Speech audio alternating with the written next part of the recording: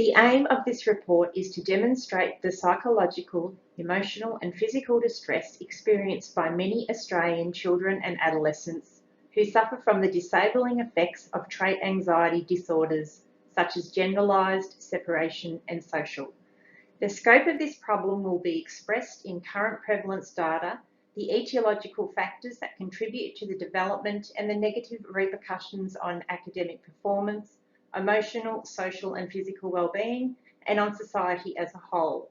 The most common treatment of trait anxiety disorders will be discussed, and an emphasis will be placed on the benefit of positive psychology in the reduction and management of anxiety symptoms through a proposed intervention of gratitude, creativity and flow, further discussing limitations of this program. Trait anxiety disorders affect 6.9% or 278,000 Australian children and adolescents between the ages of 4 to 17 years each year.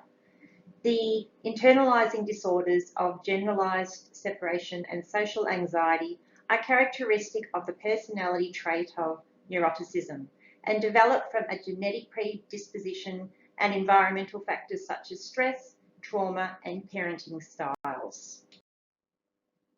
Trait anxiety disorders negatively impact children and adolescents' academic achievement, compromising working memory, cognitive tasks, test performance and task completion. A reduction in concentration and attention impedes learning abilities. Children and adolescents who experience trait anxiety disorders demonstrate higher levels of negative emotional sensitivity to stressful situations due to the inability to regulate and manage emotions in adaptive ways, resulting in lower self-confidence, self-esteem and self-worth.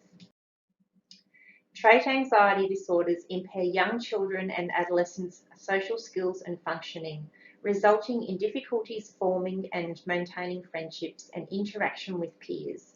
A lack of social skill reduces their ability to resolve peer conflict and increases their risk of peer victimisation. Generalised separation and social anxiety disorders inhibits both children and adolescents' social involvement in school excursions, sleepovers and sports. Physical well-being is affected by ongoing somatic complaints including stomach pain, nausea, increased heart rate, trembling and sleep disturbances that become disabling and impact school attendance. Trait anxiety disorders are one of the biggest non-fatal disease burdens on Australian society, creating considerable financial costs among communities from repeated visits to healthcare professionals and exhausting mental health services. For example, research found a significant increase in psychological services rising from 10.2% in 2007 to 16.4% in 2009.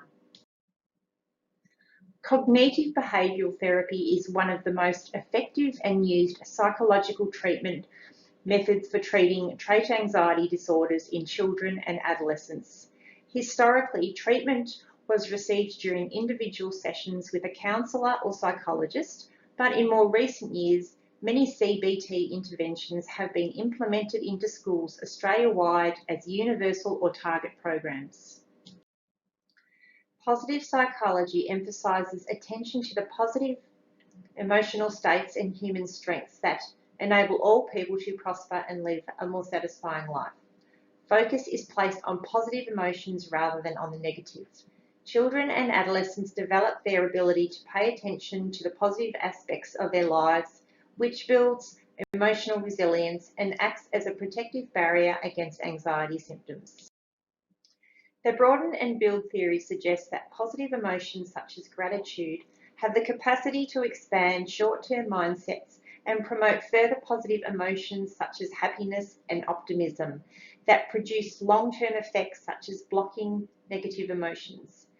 Gratitude has been found to encourage pro-social behaviour and strengthen social bonds such as friendships while reducing emotional distress and somatic symptoms. Expressing creativity can increase the well-being of children and adolescents through positive emotional expression in art and writing. This further promotes positive coping mechanisms, shifts attention from negative emotions, and increases self-awareness through the optimal experience of flow. Flow is an inherently rewarding experience that involves high levels of concentration, matched skill capabilities, goals, and feedback. It can be experienced through a wide range of activities, including art and writing, that enable children and adolescents to become fully immersed in what they are doing with no concept of time. Flow produces an awareness of positive emotions and lessens the worries associated with anxiety. Gratitude interventions enable children and adolescents to express appreciation and thanks that encourages positive emotions.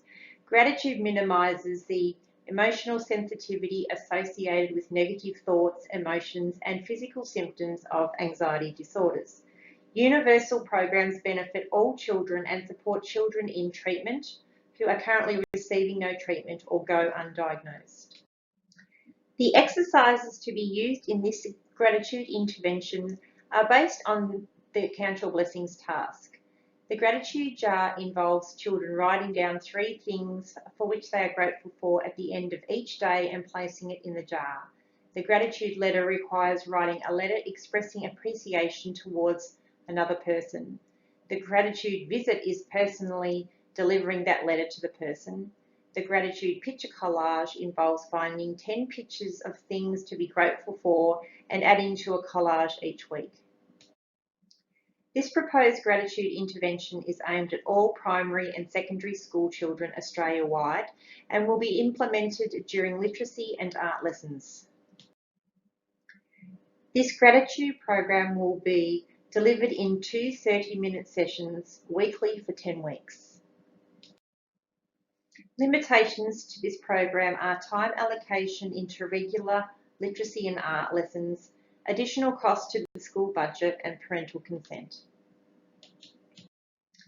Gratitude interventions are highly effective programs for reducing anxiety disorder symptoms and enabling children and adolescents to reflect on what they have rather than what they don't. Gratitude promotes additional positive emotions such as happiness and optimism, which neutralises negative emotions and builds social and emotional resources that increases academic performance and well-being.